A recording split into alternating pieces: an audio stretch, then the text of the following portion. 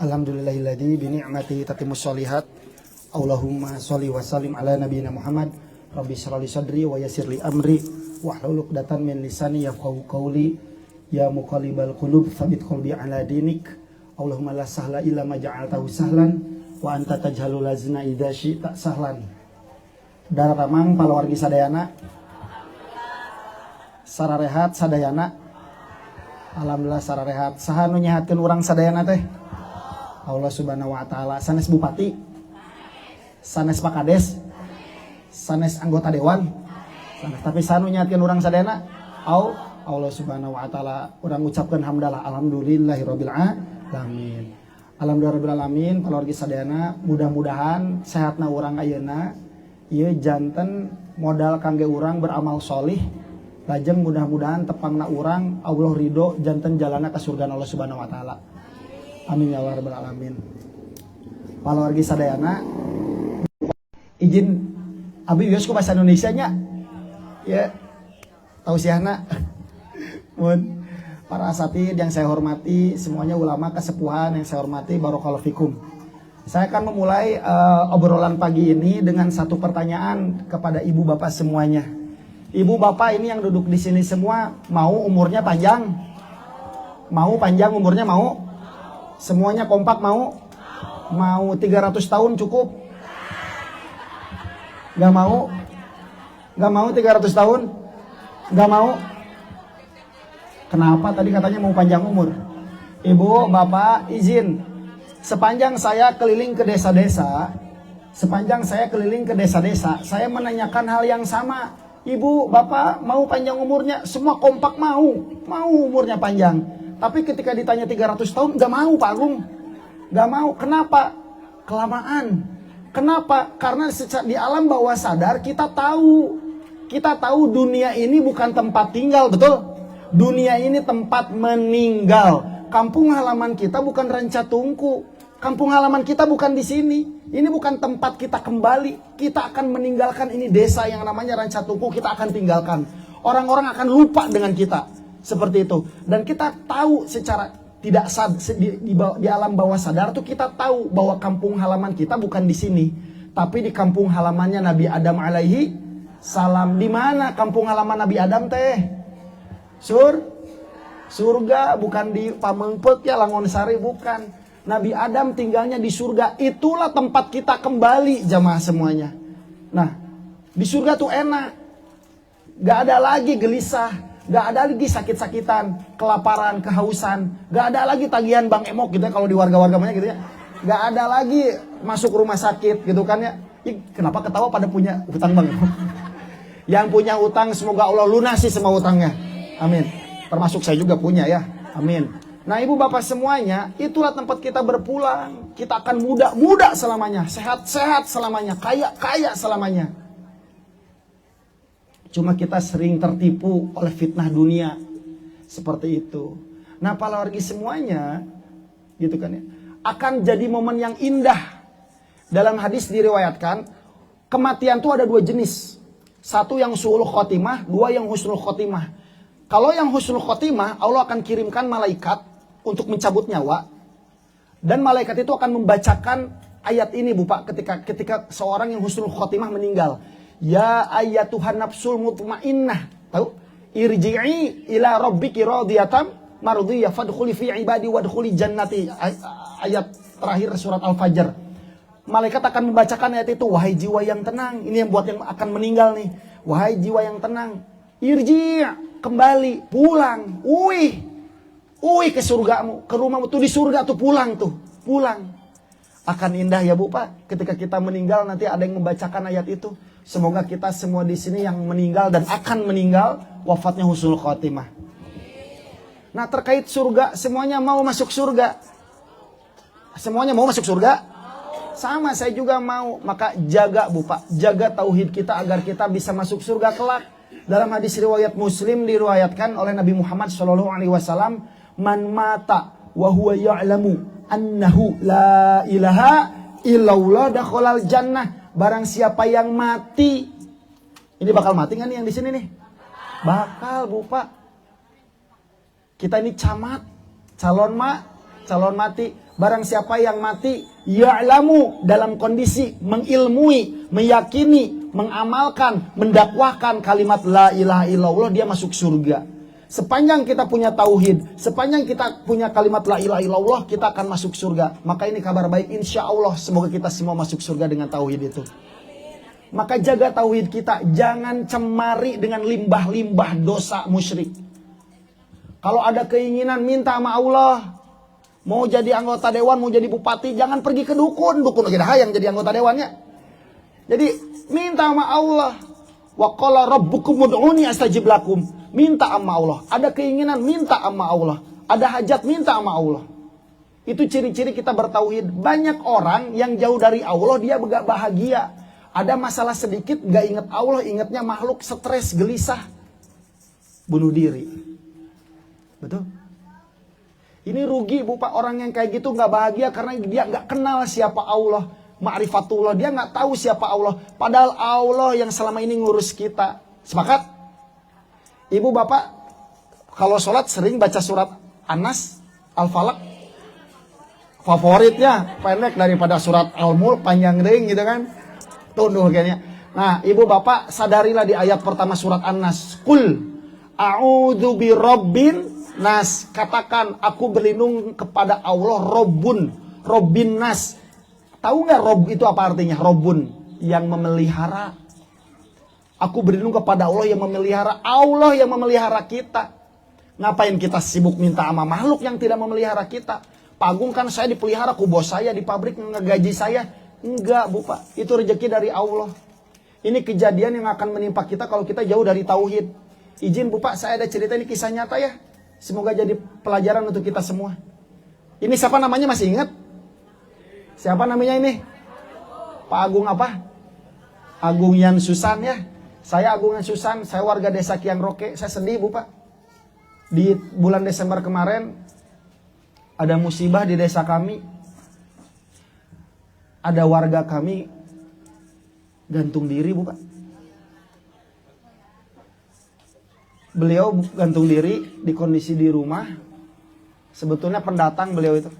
Bunuh diri di rumahnya, ditemukan oleh keluarganya ngegantung. Di lehernya nih. Apa ini? Di lehernya. Sebelum meninggal beliau itu nulis pakai pulpen. Contoh, Agung, Jajang, Dudung misalnya. Nulis nama di sini. Kenapa? Beliau nulis nama-nama tetangganya. Tahu nggak kenapa?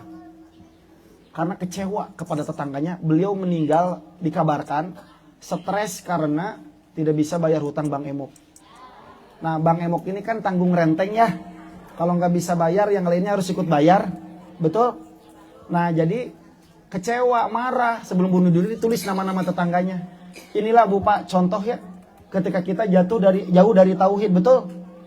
Kalau dikasih masalah stres, sakit, tumbang. Padahal sadarilah jamaah, ketika Allah beri kita kesulitan, ketika Allah kasih kita penyakit, bangkrut, hutang, dan lain sebagainya, itu ciri Allah sayang kepada kita. Betul?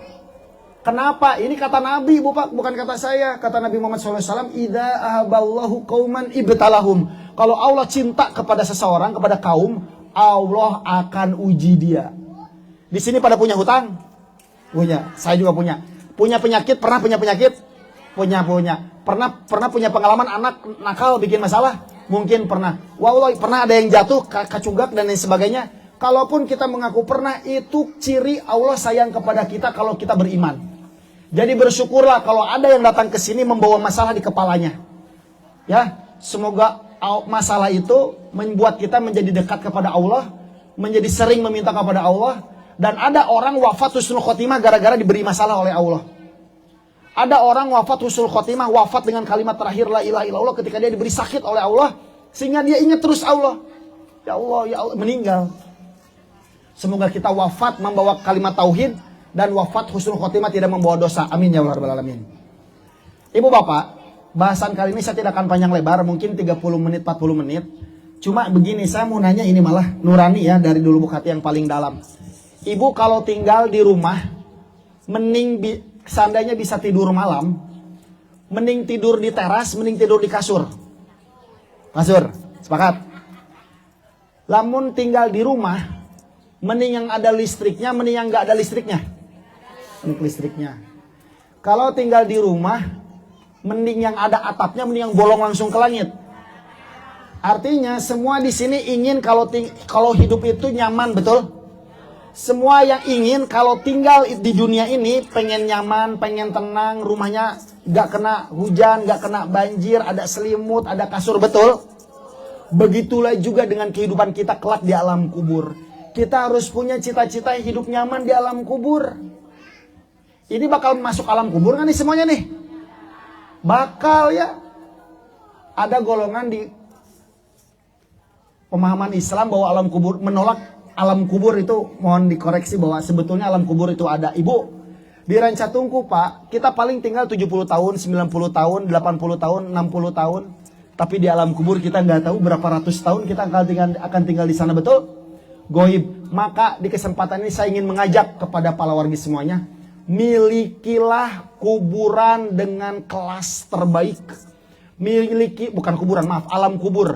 Milikilah kondisi di alam kubur dengan kondisi tempat tidurnya nyaman, luas, caang, tidak penuh banyak masalah di sana. Karena apa? Karena saya ingin menyampaikan Nabi Muhammad itu sering berzikir meminta pertolongan terlindung dari siksa kubur. Di alam kubur itu ada untuk golongan-golongan yang wafat membawa dosa. Dia akan kena tersiksa di alam kubur. Kuburannya sempit, gelap, ada siksa, dan lain sebagainya.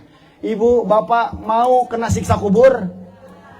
Jangan mau. Nah, kalau mau hidup nyaman di alam kubur, saya ingin menyampaikan ada satu hal yang kalau kita amalkan, insya Allah kita akan mendapatkan nikmat kubur.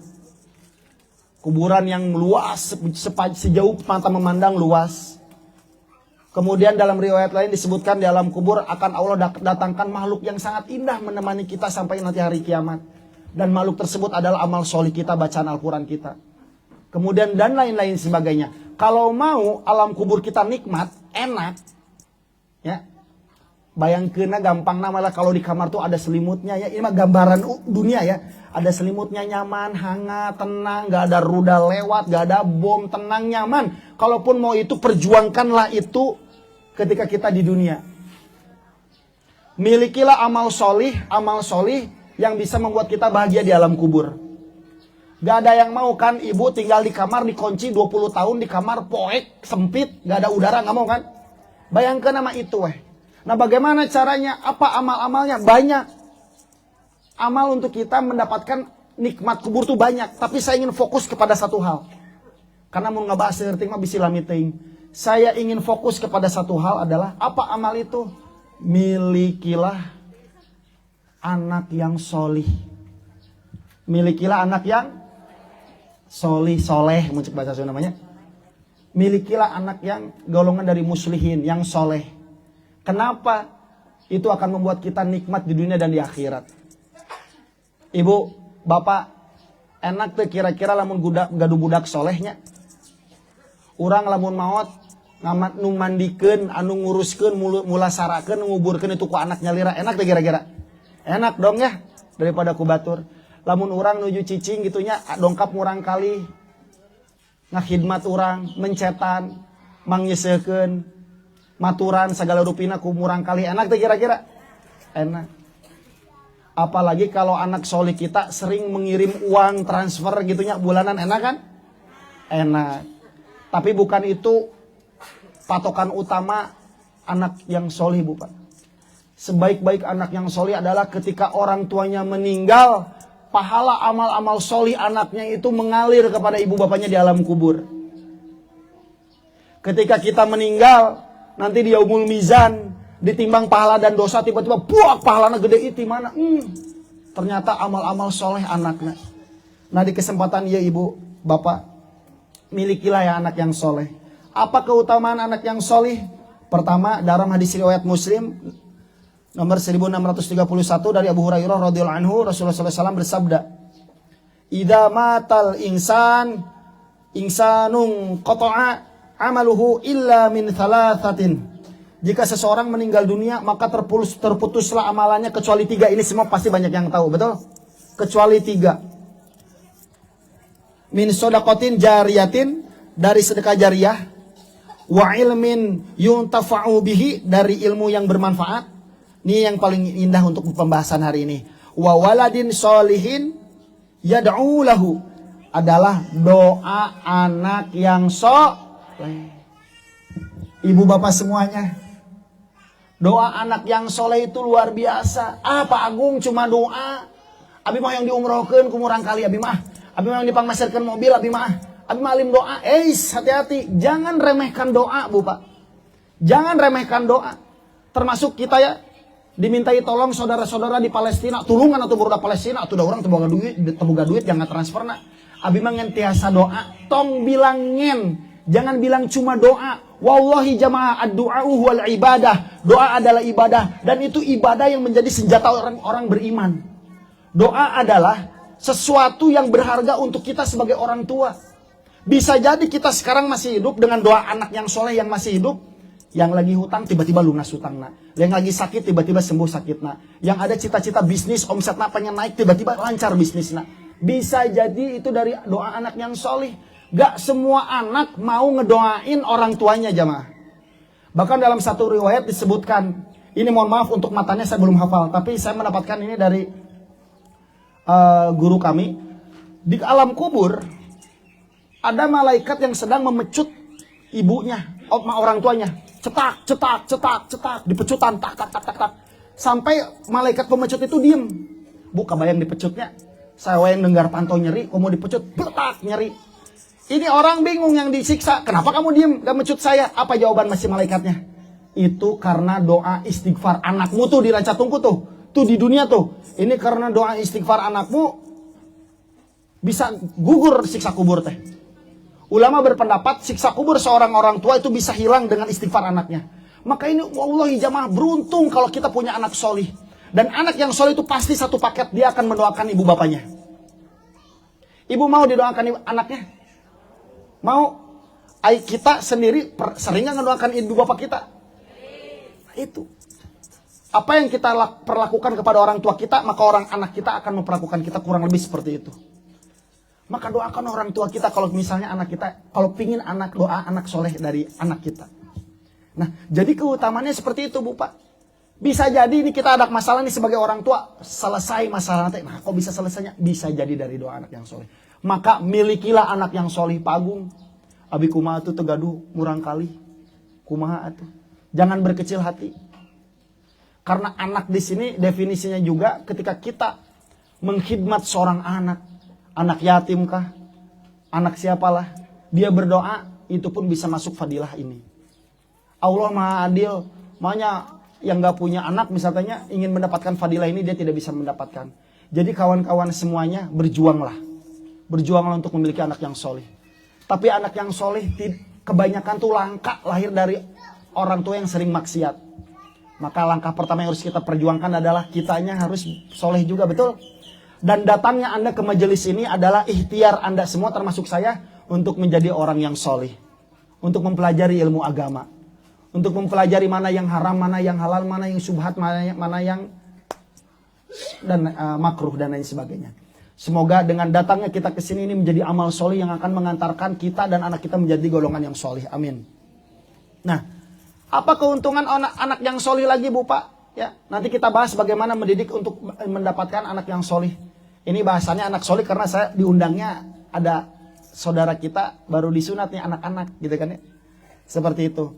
Apa keuntungan lainnya saya punya anak yang soleh? Dalam hadis riwayat yang sahih, statusnya sahih dari hadis riwayat Ahmad, ibu bapak begini. Sungguh Allah akan mengangkat derajat seorang hambanya yang soleh di surga. Semoga kita kelak masuk surga ya. Derajat kita kalau masuk surga kelak akan Allah taikkan derajatnya. Dinaikkan, dimuliakan. Orang tersebut bertanya, Ya Rabb, anna li hadihi. Kok ini bisa menimpa saya? Kok derajat saya bisa menjadi lebih baik seperti ini? Apa jawaban Allah Subhanahu wa taala? Bistighfar waladik laka. Itu karena istighfar anakmu. Kok saya di surga derajatnya bisa mulia banget, bagaimana? Itu karena istighfar anakmu. Apa yang dimaksud dengan derajat yang mulia di surga? Bisa jadi fasilitas-fasilitas di surga Allah tambah. Allah lebih perluas lagi surganya. Allah perbaiki lagi tingkatan surganya. Itu karena istighfar anaknya. Istighfar itu doa. Bagaimana istighfar anak itu? Allahumma gfirli. Yang terkenal. Wali walidaya. Warhamhuma kama rabbayani shaghira. Ada juga doa yang lain, Rabbana gfirli wali walidaya walil mu'minina yauma yaqumul hisab. Ada juga doa yang simpel, Allahumma gfir lahu, Allahumma gfir laha, Allahumma gfir lahuma. Ada juga yang gak bisa bahasa Arab, doanya yang setulus hati menggunakan bahasa Sunda juga boleh. Ya Allah, ampuni ibu bapak saya ya Allah. Ibu bapak saya dulu nyekolahin saya, ngasih saya pakaian, ngasih saya jajan, ngasih saya makan. Ampuni ibu bapak saya. Itu kalimat-kalimat seperti itu akan memuliakan kita kelak kalau masuk surga di masa yang akan datang. Mau mendapatkan fadilah itu ibu bapak? Mau di surga kita kelak surganya lebih baik lagi mau? Yang asalnya anggaplah mun ruangan kelas, mun di rumah sakit namanya ayat di kelas 3 tiba-tiba kelas 1 mau? Maka berjuanglah mendidik anak agar anak kita menjadi anak yang solih di hadapan Allah Subhanahu wa taala. Dia kalau solih otomatis pasti mendoakan kita. Dia kalau solih pasti akan selalu ingat kita. Dia kalau solih pasti yang diutamakan itu diprioritaskan itu orang tuanya. Seperti itu. Kemudian dari Aisyah radhiyallahu anha dalam hadis sahih, hadis riwayat Abu Dawud disampaikan, "Inna min atyabi ma akala ar-rajulu min kasbihi wa waladuhu min kasbihi." Sesungguhnya yang paling baik dari makanan seseorang adalah hasil jerih payahnya sendiri, dan anak merupakan hasil jerih payah orang tua. Maksudnya di sini ialah solehna anak itu mau tak mau ada campur tangan orang tuanya. Ada campur tangan orang tuanya. Ibnu Umar, anaknya Umar bin Khattab, betapa solehnya beliau. Dan jariahnya mengalir itu pahala-pahalanya kepada ayahnya sendiri. Ibu, bapak, saya punya teman saudara, bapaknya meninggal. Apa nasihat yang saya sampaikan kepada beliau? Kamu cinta, sayang sama bapak kamu? Sayang, Kang. Kamu mau ketemu lagi di surga? Mau. Kamu mau bapakmu terlindung dari siksa kubur dan kelak mendapatkan pahala yang besar gara-gara keadaan kamu sebagai anak? Mau. Amalkan hadis ini. Hadis sahih, ad-dalu 'alal khairi kafa'ilihi. Orang yang menunjukkan kebaikan kepada seseorang, maka orang yang mengamalkannya itu akan mendapatkan pahala, dan yang menunjukkannya juga akan mendapatkan pahala. Semua nasihat kebaikan, jika itu diamalkan, itu yang ngasih nasihat akan diberikan pahala. Dalam kitab Bulughul Maram disebutkan, man dalla 'ala khairin falahu mithlu ajrin fa'ilihi. Artinya apa? Ibu, bapak, kalau ibu sepanjang hidup pernah bilang ke anak, jangan pernah tinggalkan sholat, dan dia mengamalkan sholat sampai mati, maka pahala sholat sampai mati itu akan diberikan juga kepada kita, tanpa mengurangi pahalanya dia. Kalau kita sepanjang hidup memberi nasihat kepada anak kita, cing seueur sedekah, dia sedekah ngalir kepada kita. Jangan lupa, kamu harus menuntut ilmu agama. Dia pergi menuntut ilmu agama, itu pahalanya ngalir juga kepada kita. Artinya apa? Beruntunglah seorang orang tua yang sering memberi nasihat kepada anak istrinya, kepada keluarganya. Beruntunglah seorang orang tua yang mewariskan ilmu-ilmu agama kepada anaknya. Beruntunglah seorang orang tua yang mengajarkan hadis syariat Al-Quran kepada anak-anaknya. Karena setiap jengkal anaknya mengamalkan, dia akan dapat saham pahala. Pernah ibu bapak memberi orang budakna sholat, sering nyuruh sedekah, sering nyuruh beramal soleh, menuntut ilmu agama sering, maka mudah-mudahan nasihat itu kelak akan kita terima di akhirat di timbangan yaumul mizan, jadi pahala yang berat memasukkan kepada surganya Allah Subhanahu wa taala. Terus semangat menasihati anak. Tapi tolong pakai adab nasihatinnya. Jangan bikin anak stres. Maneh tanya yang ada orang tuh anaknya itu trauma lihat orang tua tuh hoream nih bapak urang di imah. Jadikan dia sahabat, jadikan dia teman, dan teruskan ajarkan ilmu agama kepadanya. Semoga itu bisa kita amalkan. Nah, teman saya tadi yang meninggal, saya ucapannya begitu. Namanya tuh Praha.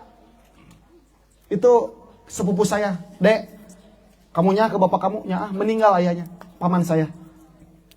Rahimahullahu ta'ala.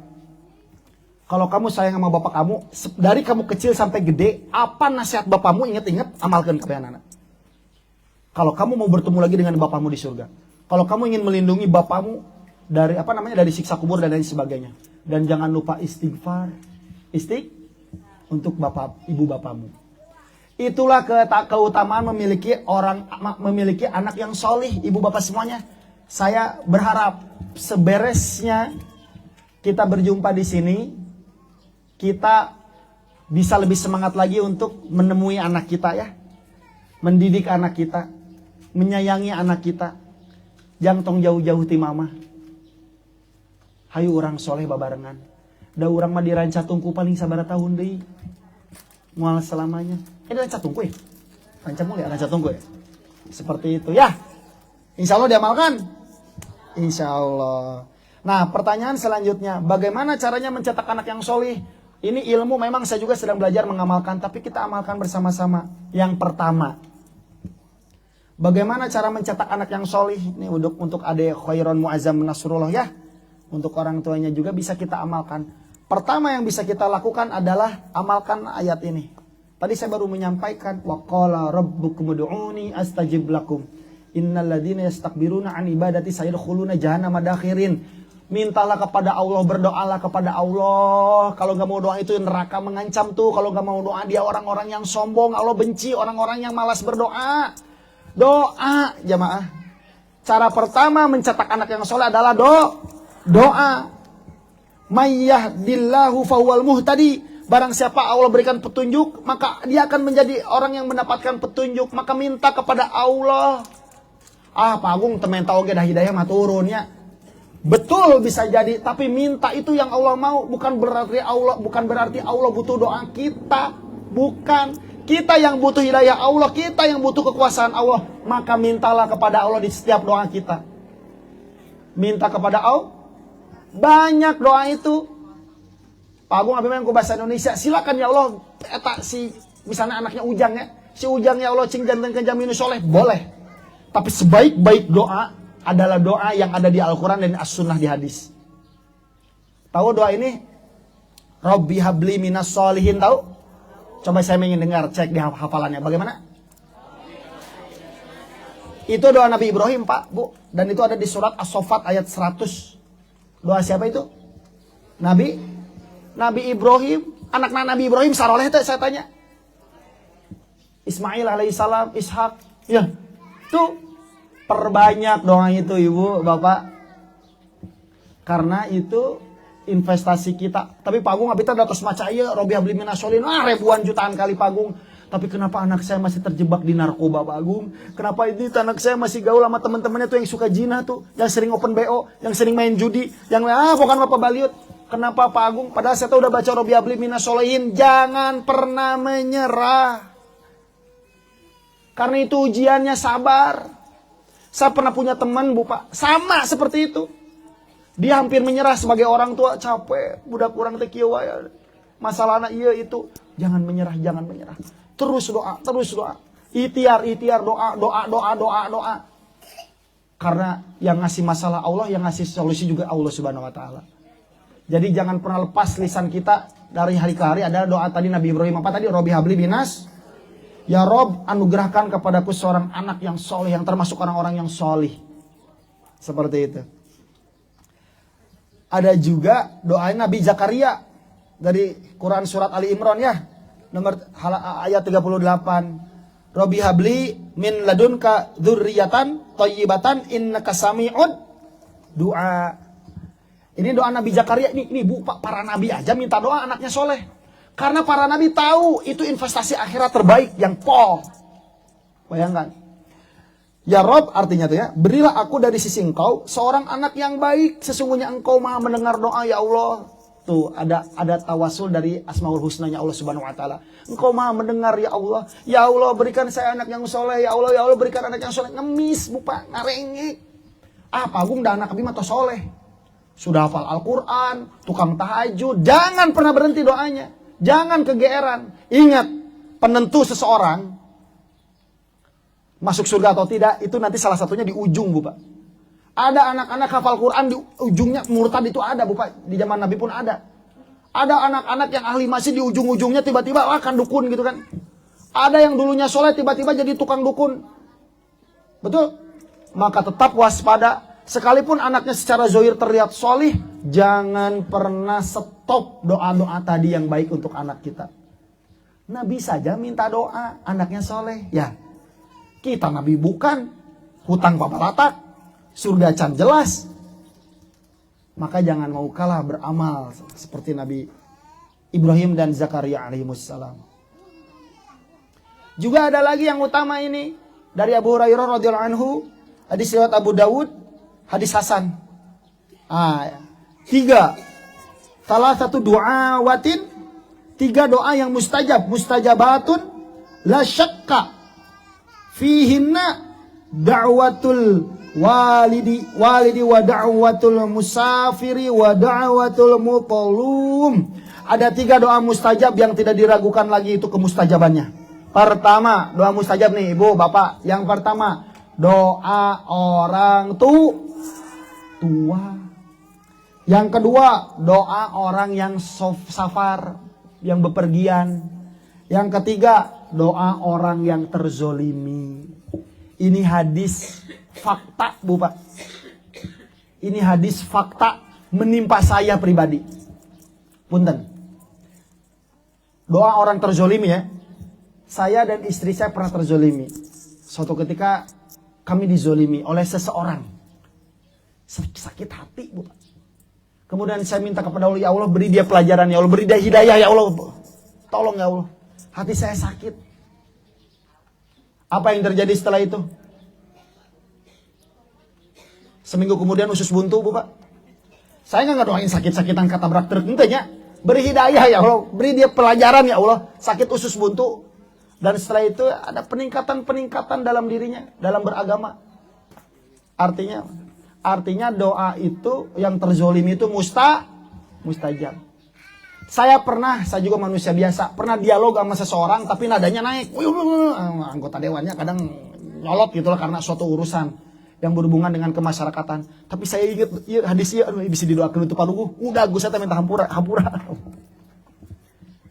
Makanya kalau pernah kita menzolimi seseorang, kalau ada waktu, kesempatan minta maaf, bisi keluar doa nu tepadugu. Bahkan di orang-orang Arab itu tahu di sini ya, di Saudi ada cerita, dia pernah zolim, nelpon, saking ingat orang pernah zolim ke mana cenanya, naon, sok dik digantian naon, ku motor, ku mobil hoyong naon, sok minta ke saya minta. Nepikan kagitunya asal kamu mengikhlaskan masalah kita.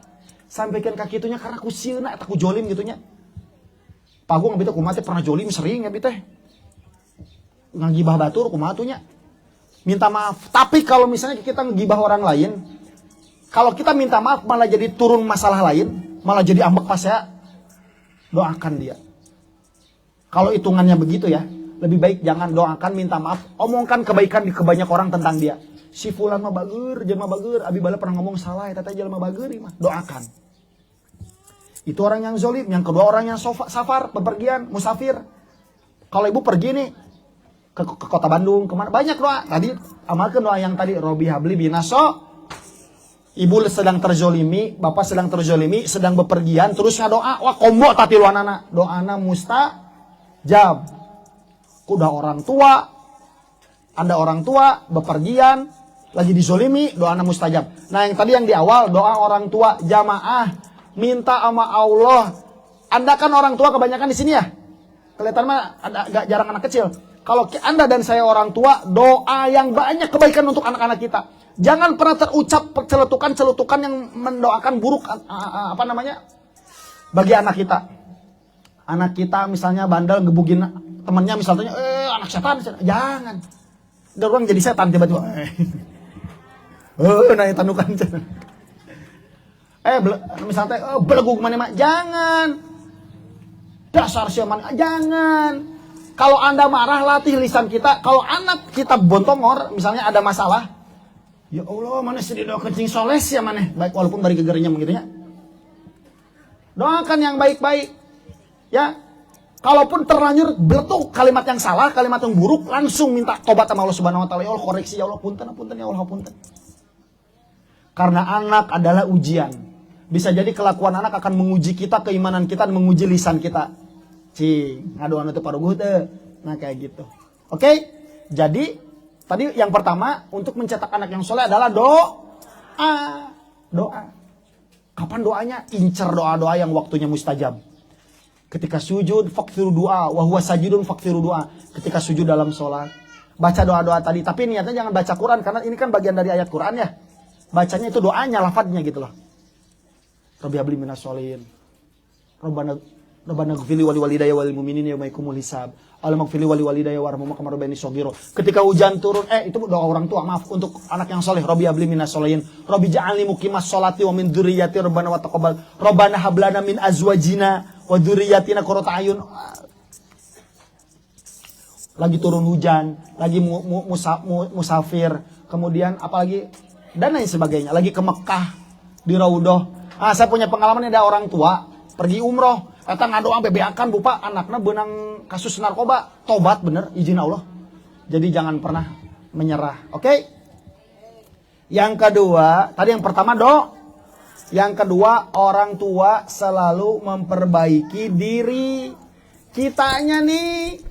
Kita jangan nuntut-nuntut anak, woi mana kudu soleh, kitanya salah. Bahaya bupa. Gak ada yang sempurna di sini, Bapak. Kita orang tua gak ada yang sempurna di sini. Cing, angkat tangan. Siapa di sini yang gak punya dosa, angkat tangan. Yang dosanya sedikit, angkat tangan. Yang dosanya sedang, angkat tangan, sok. Yang dosanya banyak, angkat tangan. Dosanya banyak. Ini tengah cung juga berateuing. Aduh, seueur teuing dosa apa? Ibu, Bapak. Kita ini pendosa. Ini Pak Agungnya Susan, Abi, Ibu Bapak semuanya. Kita pendosa. Siapa yang bilang? Rasulullah SAW. Kata Nabi Muhammad SAW, beliau bersabda, kulubni Adam khoto, wa khairul khoto'ina atawabun. Seluruh keturunan Nabi Adam pernah berbuat dosa, Bapak. Dan sebaik-baik pendosa, wa khairul khoto'ina atawabun. Dan sebaik-baik orang yang bersalah adalah yang berdosa adalah dia yang bertobat. Jadi perbanyak tobat. Nah kita banyak celah, banyak salahnya. Perbaiki, karena anak itu ningali. Kamu teh sholat ke masjid atuh, ayo orang gogoleran di rumah. Mau atuh. Kamu teh banyak zikir atuh, ayo kita lisan kebanyakan sinetron, cenah cek ibunya. Baca Al-Quran atuh hari-hari maca WhatsApp. Gak bisa Bu Pak seperti itu. Nah jadi di kesempatan ini semoga kita bisa selalu memperbaiki diri. Ini Ibu Bapak ya. Tahu surat Al-Kahfi? Tahu kisah Nabi Khidir bersama Nabi Musa? Memperbaiki rumah, ternyata di itu ada harta karun warisan anak-anak yang untuk anak yang solih. Tahu ini nih. Jadi Nabi Khidir sama Nabi Musa di surat Al-Kahfi itu ada dinding rumah. Di sana ternyata ada harta anak yatim di kota itu dan di bawahnya harta benda dari orang tuanya. Dan anaknya orang yang solih. Itu ayahnya punya warisan disimpan, nggak nyampe ke anaknya. Tapi akhirnya dengan izin Allah kumaha carana eta harta warisan nyampe ke anaknya. Tahu nggak kenapa? Karena ayahnya adalah seorang yang solih. Ketika dua orang tua solih, apa hikmah dari ayat ini? Al-Kahfi ini. Kalau ibu bapaknya soleh, anaknya akan Allah jaga, seperti itu dikisahkan Nabi Khidir dan Nabi Musa. Kalau orang tuanya soleh, anaknya Allah jaga. Jadi kalau kita khawatir, aduh abi teh kumaha pagung bisi pimaoteun ieu teh nya, lamun abi maot kumaha anak abi, aduh ya Allah, gue pagung kumaha. Perbaiki kita, perbaiki amal kita, perbaiki diri kita. Ketika kita berjuang untuk menjadi solih, tafsir dari ayat ini adalah Allah akan jaga anaknya yang orang tuanya soleh. Sepakat? Itu motivasi yang pertama. Yang selanjutnya,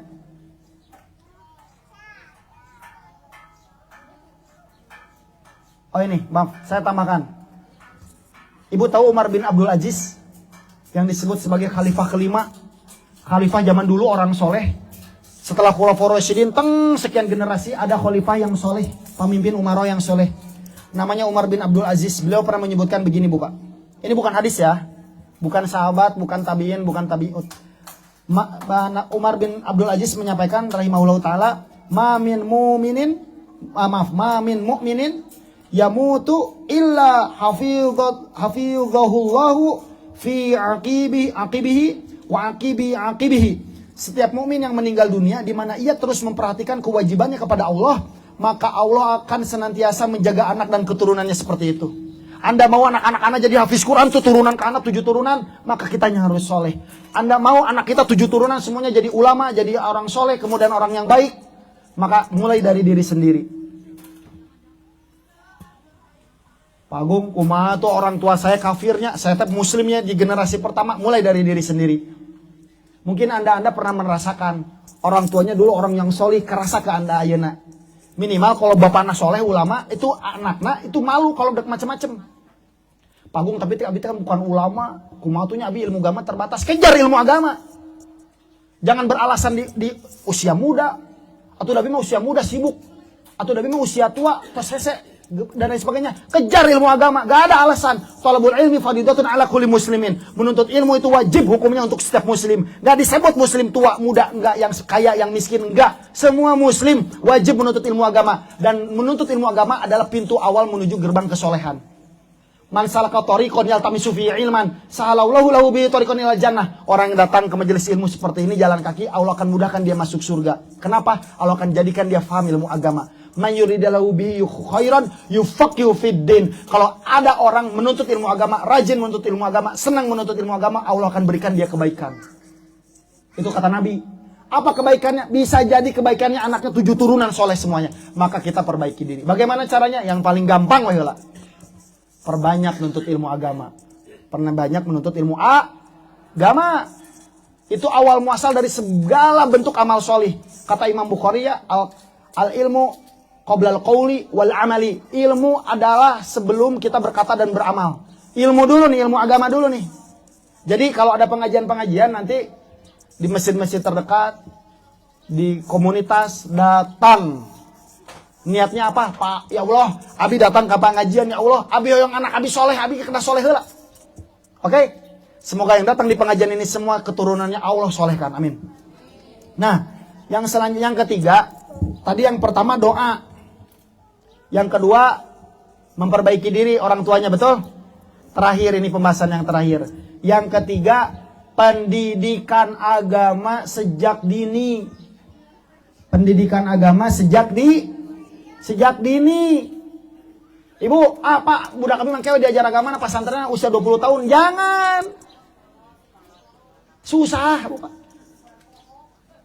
Sudah barho, babari pohonya. Dari usia kecil nih ada ini lagi jalan kaki. Seusia gitu ajarkan agama, Bu, Pak. Kalau ada PAUD ya misalnya yang ada Islamnya gitunya, masukkan ke sana. Nah, kenapa? Karena Ibu Bapak ingat hadis ayat Al-Quran ini terkenal, Bu. Banyak orang yang tahu ayat Al-Quran ini. Surat At-Tahrim ayat 6. Ya ayyuhalladzina amanu qu anfusakum wa ahlikum naro. Tahu ayat itu? Pernah dengar? Kan artinya di situ, hai orang-orang yang beriman. Hai orang-orang yang beriman, peliharalah dirimu, jagalah dirimu dan keluargamu dari api neraka. Ini mah perintah. Apa tafsir dari ayat ini? Pelihara dirimu dan keluargamu dari api neraka. Ingat, di sini ada kekhususan tuh disebutkan kamu dan keluargamu. Kuma dengan masyarakat tetangga dan satu kabupaten heula. Kamu heula jeung keluargamu heula. Makanya milih pemimpinnya salah satu patokan tinggali keluargana. Tinggali keluargana kumaha? Nanti kan ibu bapak mau milih capres nih. Lihat keluarganya. Gak bakal saya mah ngomong ABCD-nya, gak bolehnya. Ini mah ada panwas saya digerowok di jewer. Intinya lihat keluarga, termasuk kita, termasuk ibu bapak. Nanti kalau mencari minantu, lihat keluarganya. Dari mana dia makan hasil nafkahnya? Bagaimana ibu bapaknya paham sunnah-sunnah Nabi Muhammad SAW enggak? Jangan gara-gara tiba-tiba datang ada calon minantu, deng anggota dewan nih, oh anggota dewan, langsung ACC, oke, cek dulu, ya, cek dulu. Termasuk saya, Bu Pak, saya punya anak namanya Mariam. Sering kali saya sampaikan ke jemaah, kalau ada anak saya datang calon minantu ngelamar anak saya, hal pertama yang saya tanya tentang dirinya, yang ngeceknya ya, kamu sholat subuh, sholat di rumah di masjid, sholat subuh nak, di rumah coret ke saya mah. Cari yang sholat subuhnya di masjid. Itu indikasi seseorang tuh benar-benar ciri awal dia tuh disiplin dalam beramal solih. Cek juga orang tuanya dan lain sebagainya. Jadi apa sih tafsirnya? Ini ada dalam tafsir Ibnu Katsir ya. Disebutkan yang tadi ku anfusakum wa ahlikum naro. Ali radhiyallahu anhu mengatakan bahwa maksud ayat tadi ialah adibuhum wa allimuhum. Ajarilah adab dan agama kepada mereka, kepada anak istrimu. Ini bapak-bapak nih. Ajarkan adab dan agama kepada mereka. Jadi bagaimana cara memelihara keluarga kita dari siksa api neraka? Ajarkan adab dan agama. Adab itu banyak. Makan adabnya gimana? Ke WC adabnya gimana? Pergi ke masjid adabnya gimana? Lewat kuburan adabnya gimana? Naik kendaraan adabnya gimana? Itu banyak ilmunya. Ajari itu Bapak Ibu semuanya. Pak Agung, kan terus di sekolah diajarkan ke ustadzna. Ibu mau pahala-pahala anak kita diborong ke ustadz? Ke ustadz di sekolah? Entong, makanya paling minimal ini guru saya ngajarin. Kalau Agung, kalau kamu punya anak, Al-Fatihah tong nepikeun Al-Fatihah anak kamu bisa nanti ku ustadzna. Minimal Al-Fatihah mah ku kamu ngajarkeun cenah. Karena itu Al-Fatihah sampai mati akan dibaca, betul? Nah jadi gitu Bu Pak, ajari adabnya. Seseorang itu beradab atau tidak bermulai dari rumah pendidikannya tuh. Kalau kita sering buang sampah sembarangan, anak nuturkeun, itu ciri-cirinya berarti kita ada masalah. Kalau anak kita jojorokan ngebentak orang-orang yang lebih tua dari beliau, itu ada masalah di kita. Dan sabar, tenang, jangan berputus asa. Saya tahu mendidik anak itu susah. Anak saya kadang kalanya gaul di luar, tiba-tiba pulang-pulang nyanyi lirik-lirik lagu dangdut. Aduh, nah jadi kieu teh. Akhirnya kita yang harus memperbaiki. Untuk saudaraku semua di sini, seandainya kita ada ujian anak yang rada bandel tanda kutip, sabar, tenang, dan tolong. Kalau ada tetangga kita anaknya bandel, jangan vonis tetangga kita yang tidak-tidak. Ah, ima ada tetanggana borong sarwana indung bapana. Jangan, udah diem, mulut kita diem. Jangan urusin mereka, urusin saja diri sendiri. Oke? Jadi ajari adab dan agama. Nah dan juga, oke? Belajarlah dari doa ini penutup dari saya Bu Pak. Ajari adab dan agama dan belajarlah dari doa ini. Semuanya mungkin pernah mendengar doa ini. Rabbana hablana min azwajina wa dzurriyyatina qurrata ayun waj'alna lil muttaqina imama. Tahu doa itu? Yang belum tolong dihafalkan. Itu ada di surat Al-Furqan ayat 74. Ibu bapak nanti biasakan kalau misalnya ada pengajian bawa kertas catatan ya. Jadi ketika ditulis itu Al-Furqan ayat 74. Kata Imam Asy-Syafi'i kalau belajar itu ilmu itu seperti unta. Kalau nggak diikat kabur Bu Pak. Ilmu parkir nggak diikat kabur unta. Begitu juga ilmu. Nah jadi nanti baro kata ibunya. Jadi kita kaji sedikit tentang terakhir dari saya penutup. Robbana hablana min azwajina wa dzurriyyatina qurrata a'yun waj'alna lil muttaqina imama. Ya Allah, wahai Tuhan kami, anugerahkan kepada kami istri-istri dan keturunan kami sebagai penyenang hati, qurrata a'yun yang menyegarkan pandangan kita, dan jadikanlah kami imam pemimpin bagi orang-orang yang bertakwa. Ini dia ngadoakeun urang sorangan sebagai suami, ibu mau mau suaminya jadi suami yang soleh bertakwa, ajarkan doa ieu. Bapak lamun salat baca doa ieu. Robbana hablana min azwajina wa dzurriyyatina qurrata a'yun waj'alna lil muttaqina imama. Ada caleg-caleg yang mau maju baca doa ya ame jadi pemimpin. Ada bupati maju kita bacai gitu ya. Dia bisa caleg oge di dinya. Baca doa ini. Kalau mau kita jadi sosok-sosok yang bertakwa. Karena semua itu berawal dari doa, jangan sepelekan. Pak Agung eta geus ngadoa ieu tapi nah bontong orkene abi teh nya. Sabar. Terus berdoa. Terus meminta dan berharap kepada Allah Subhanahu wa taala sambil bertobat karena bisa jadi doa itu kehalangan ku dosa. Nah, Ibu Bapak, ini di surat ini jadikan keluarga kami, keturunan kami penyejuk mata. Apa itu penyejuk mata? Qurrata ayun. Ada di sini misalnya ada anak dikasih nama Qurrata ayun ya. Nah, ya dipanggilnya Atun apa itu? Ayun. Nah, penyejuk mata. Apa itu penyejuk mata? Hasan Al-Basri berkata, tidak ada sesuatu yang lebih menyejukkan mata seseorang mukmin selain melihat istri dan keturunannya taat kepada Allah Subhanahu wa taala, jamaah. Jadi apa itu qurrata a'yun, penyejuk ilmu? Adalah ketika kita melihat anak kita hafal Quran. Adalah ketika melihat istri kita tiba-tiba dia mengkhidmat suaminya dengan baik. Adalah kita apabila kita melihat anak-anak kita, istri kita sholih. Maka para warga semuanya, di kesempatan kali ini Agar kita mendapatkan anak-anak yang solih, jaga pendidikan agama anak dan istri kita. Ini untuk suami salah ningali. Jaga pendidikan agama anak dan istri kita. Ibu, jaga pendidikan anak Anda. Dan suami juga diberi nasihat, Pak, ngaji, Pak. Misalnya gitunya. Bapak ngaji, aing mau nggak, itu mah kasurupan gitu banyak. Dirukiah aja. Ibu, kalau menghadapi suami yang malas beramal, yang malas menuntut ilmu agama, sabar. Jangan sedikit-sedikit minta cerai. Sabar, doakan. Bisa jadi itu jalan surga ibu semua. Ya, kasih nasihat baik-baik, tapi kasih nasihat tong borongongos. Kami laki-laki nggak suka diberi nada tinggi itu, nggak suka. Bapak ngajis ya, apalagi di payunan budak. Nah, aduh jangan, pelan-pelan Pak, ngaos yuk. Amengke orang teh babarengan di bumi kita di surga Allah Subhanahu wa taala.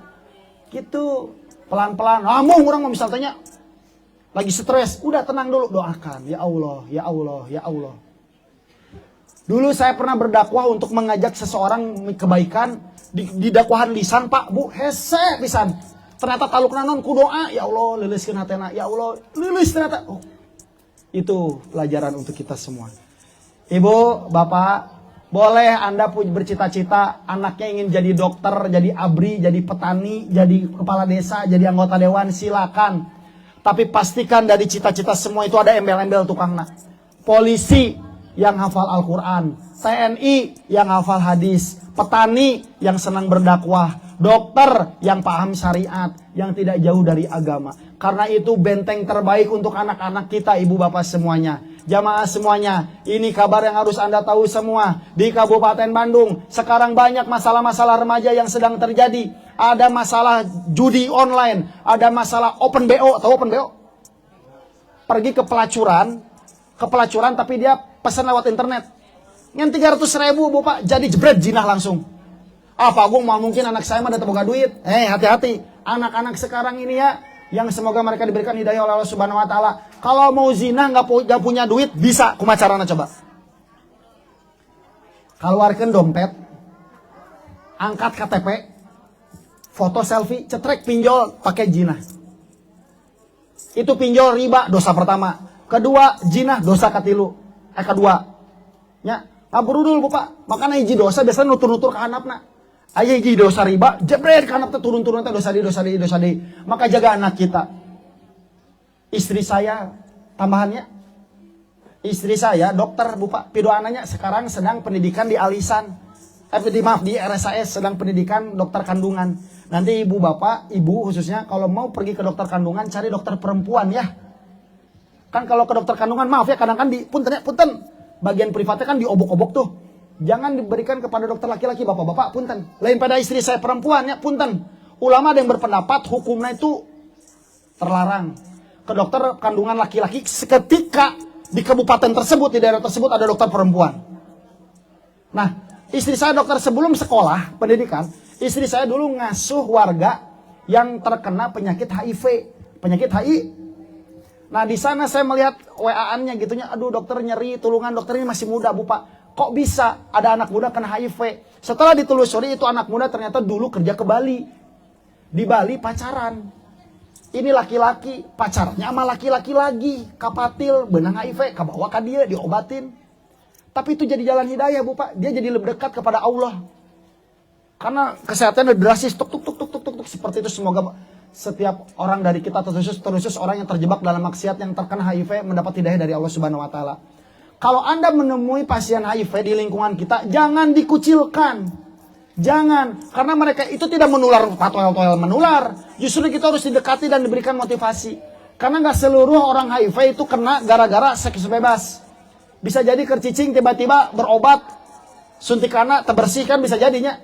Seperti itu. Nah, ini tapi fakta yang harus saya buka kepada ibu bapak. Ini wawasan yang harus saya tambah. Wawasan ini saya dapat ketika saya menjadi anggota dewan. Ibu bapak semuanya, saya datang ke Dinkes. Saya datang ke kabinnya. Saya minta data HIV. Cek saya tanya, saya sabarahin HIV di Kabupaten Bandung. Awalnya nggak dikasih. Karena siun viralnya. Karena aku saya mah ya, saya punya medsos, tolong di follow ya. Instagram, TikTok, dan lain sebagainya. Akhirnya datanya saya ambil. Ternyata data terbaru ini ada kasus HIV ini sebanyak 600 kasus HIV Bapak di Kabupaten Bandung.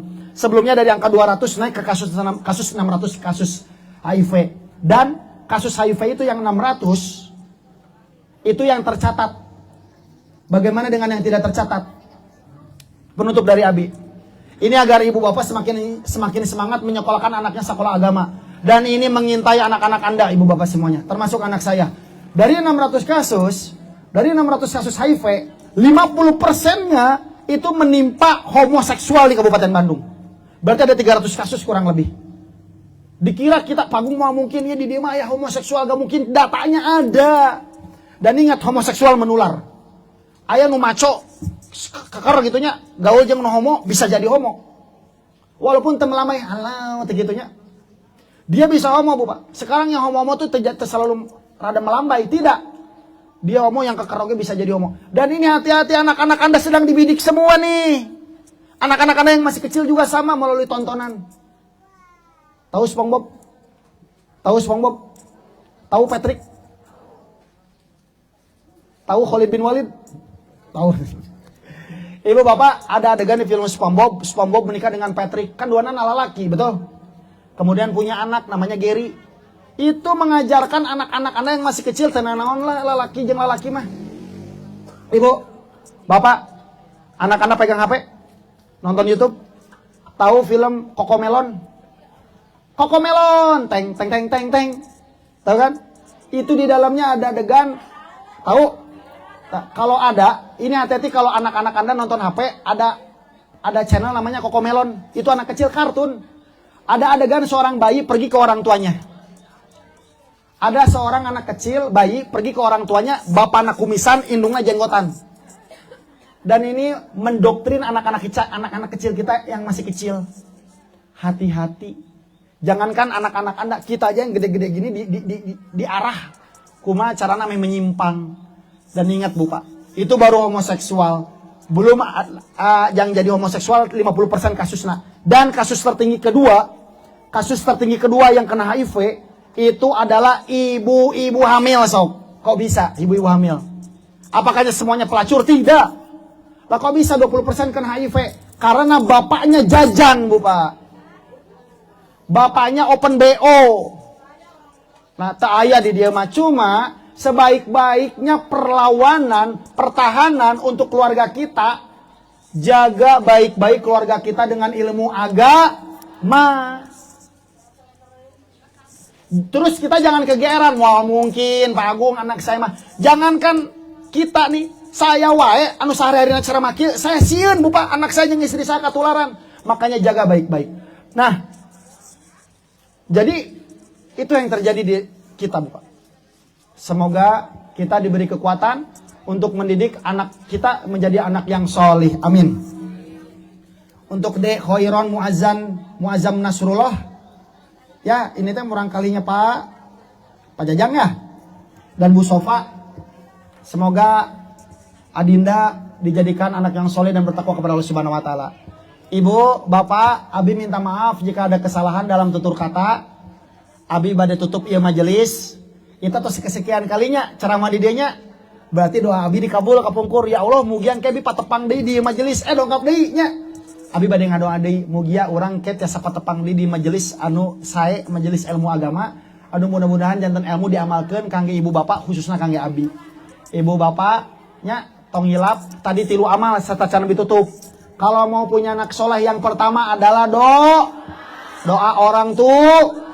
Yang kedua adalah orang tua memperbaiki Yang ketiga adalah pendidikan agama sejak usia dini. Jadi asa berarti ilu doa, perbaikan diri, dan agama. DPA, doa, perbaiki diri, agama. Itu panginten tos sok abidugikeun, hapunten beda kalepatan, da taya tanya jawabnya biasa namanya, taya patarosan kan? Taya, alhamdulillah isin ditaros ku ustad, mun ditaros abi sieun nya, mun teu kawaler isin. Ai gitu matur nuhun, pangintennya abi izin pamit, ibu bapak abi kasepuhan sadayana abi izin teh salami kumargi. Abi kadang ngajemput istri di alisan kangge anjeunna kada persiapan kangge jaga malemna deui gitu nya. Hapunten bili teh salami abi diantosan ku istri abi ti tabuh 8 terus setengah 8. Sakitu panginten terus sakobi doakeun Abi tutup qada kifaratul majelis. Subhanakallahumma bihamdika asyhadu an la ilaha illa anta astaghfiruka wa atubu ilaik. Assalamualaikum warahmatullahi wabarakatuh.